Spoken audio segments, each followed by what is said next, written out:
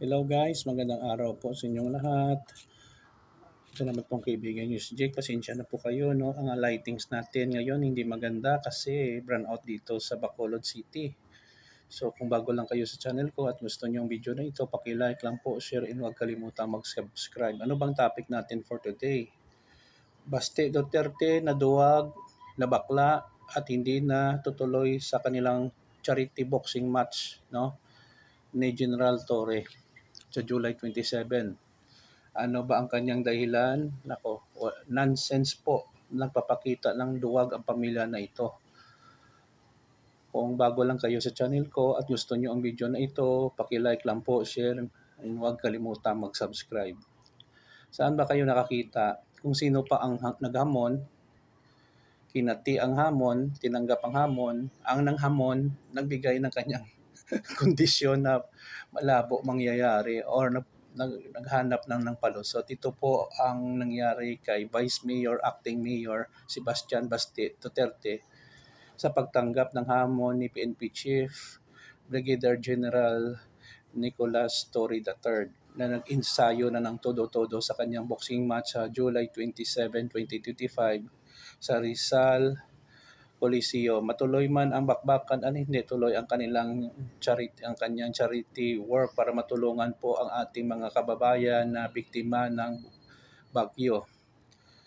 Sa isang vlog ay hinamon ni Baste Duterte si General Torre ng fist fight or suntukan. Pagkarinig ni PNP Chief General Torre na hinamon siya, sabi niya, maganda tong opportunity. Matalino talaga to. Actually, sa kaalaman ng lahat, isa po siyang registered electronics engineer si General Torre bago po siya naging police, no? Napakaganda ng kanyang mindset, no? Instead na magsakitan lang na wala namang kabuluhan na mangyari, ginamit ni General Torre ang oportunidad para magpa-raise ng fund at tinawag niya itong charity boxing match. Ang pera na malilikom sa tickets sa mga sponsored ay ibibigay lahat sa mga biktima ng sakuna ng bagyo.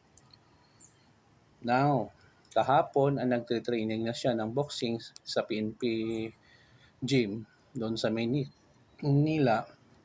Ito naman si Basti Duterte sa kanyang bagong vlog ay gumawa naman ng eksena. Duwag talaga, iba sabi mo joke la or bakla. Naghanap naman ng rason. Sabi niya daw, charity ng charity, suntukan lang tayo. Pero siya rin magbibigay daw ng kondisyon. Naku po, saan ka nakakita? Ang naghamon siya para magbibigay ng kondisyon. Lahat ng government officials or employees ay dapat daw mapadrug test, physical test. Ang kanyang ibig sabihin para malaman daw kung nagda-drug sa ating Pangulo, including him, magda-drug test din siya.